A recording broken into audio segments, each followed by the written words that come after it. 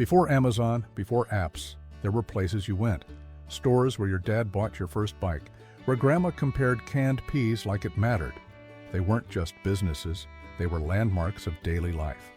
But one by one, they vanished.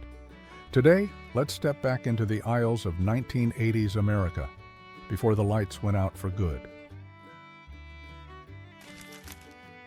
Number 1, Kmart Blue Light Big Dreams. The flashing blue light special wasn't just a sale, it was a thrill. Parents paused their carts mid-aisle, kids sprinted to check what was marked down. But behind the excitement was a fragile empire. Kmart grew too fast, lost sight of quality, and let Walmart steal its soul. We didn't just lose a store, we lost the last cheap lunch counter where Grandma could buy socks and a slice of pie in one trip. Number 2, Sears, the American middle class in a catalog. Sears was more than retail, it was identity. The Christmas wish book sat under coffee tables for weeks. Kenmore fridges, Craftsman tools, Allstate insurance. Sears wasn't just in your home, it was part of it. But the empire got old, slow to adapt. As malls died and homes modernized, Sears felt stuck in amber. In the end, the store that sold the American dream couldn't keep up with how fast that dream changed. Number 3, Waldenbooks, paper and peace in a mall world. You didn't plan to visit Waldenbooks, it just pulled you in. Between soft covers and the smell of fresh pages, it was where imagination lived. Their book clubs and author events created a small town feeling inside a giant mall. But when malls lost foot traffic and Amazon rose, even loyal readers moved on. The aisles went silent, and we lost a place where we used to get lost. In stories, not screens. Number 4, Toys R Us, aisles of joy, echoes of childhood. No online order could match walking into Toys R Us with a crumpled allowance in your pocket. You didn't just shop, you dreamed. From Transformers to Cabbage Patch Kids, holidays meant long lines and louder laughter. But the company missed the digital shift. By the time they reacted, the kids had grown up, and their kids were buying toys on tablets, not in toy aisles. Number 5, Venture Midwest Memories on a Budget. If you lived in the Midwest, Venture was part of your family routine. Back-to-school shoes, flannel shirts, cleaning supplies, all in one stop. It was where kids got dragged along and still ended up smiling with a 99-cent toy. But the 1990s expansion gamble was fatal. Too many stores, not enough focus. Like many discount dreams, it collapsed under its own ambition. An American Radio Shack, nobody compares to Radio Shack. Number 6, Radio Shack, the geek's paradise that disappeared. Before Apple stores, there was Radio Shack. It smelled like solder and cardboard. You could build your own radio, fix a cassette deck, or code on a TRS-80. The clerks knew more than your science teacher. But when tech got sleeker and plug-and-play ruled, the DIY spirit faded. Amazon took the parts, Best Buy took the gadgets, and Radio Shack, like the ham radio it championed, fell silent. Number 7, Eckerd's, where photos and prescriptions lived.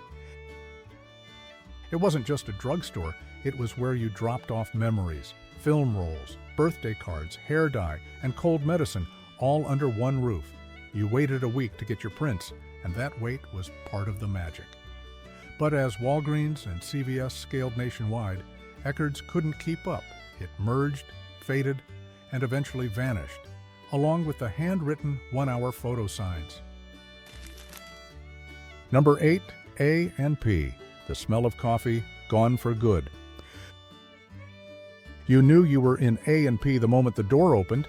8 o'clock coffee in the air, Jane Parker cakes on display. It felt old even back then, but in a good way. It was the supermarket for the modest middle class. But it didn't modernize fast enough. As Safeway and Kroger went sleek and massive, A&P stayed cozy and small, and the world stopped making room for that. Number 9, Electric Avenue, the sales pitch that went too far. It was loud, bright, and pushy, but exciting. Electric Avenue promised cutting-edge TVs and stereo systems when those still made jaws drop. But its tactics, aggressive upsells, pressure warranties, turned off shoppers as consumer trust evolved. And when parent company Montgomery Ward stumbled, Electric Avenue went dark too. Another reminder that shiny isn't always smart. Number 10, Kinney shoes for every step you took. You remember the feel of that stiff new shoe on a school morning? Kinney shoes was everywhere. Malls, strip centers, that corner lot near the diner. It wasn't fancy, but it was dependable. And when kids needed shoes twice a year, parents trusted Kinney. Then came Payless, then came Target. And suddenly the idea of a Just Shoes store felt limited. Kinney didn't stand a chance. Number 11, Western Auto, more than just car parts. If you grew up rural or small town, Western Auto was essential. Oil filters, baseball gloves, fishing rods, Dad's world under one roof. Some of us even bought our first bikes there, but Sears bought it and then forgot it. The brand dissolved, leaving only dusty signage and old receipts behind. Another case of a big company saving the name, but killing the soul. Number 12, Gemco.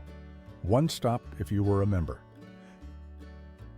Gemco offered groceries, gadgets, even babysitting while you shopped. It was ahead of its time and convenience, but its biggest strength, membership-only access, soon became its biggest flaw. As Walmart and Target exploded without entry fees, Gemco felt like a locked gate nobody needed. It shut down in 1986, a warning that exclusivity doesn't always age well. Number 13, service merchandise. When you had to wait to buy. This wasn't impulse buying. You wrote down the catalog number, turned it in, and waited for your item to appear on a conveyor belt from the back room. It was weird, but magical. Jewelry, VCRs, toys, all wrapped in quiet anticipation, but the slow process couldn't compete with big box immediacy. Still, the memory of that conveyor belt clanking into place, that'll never leave you.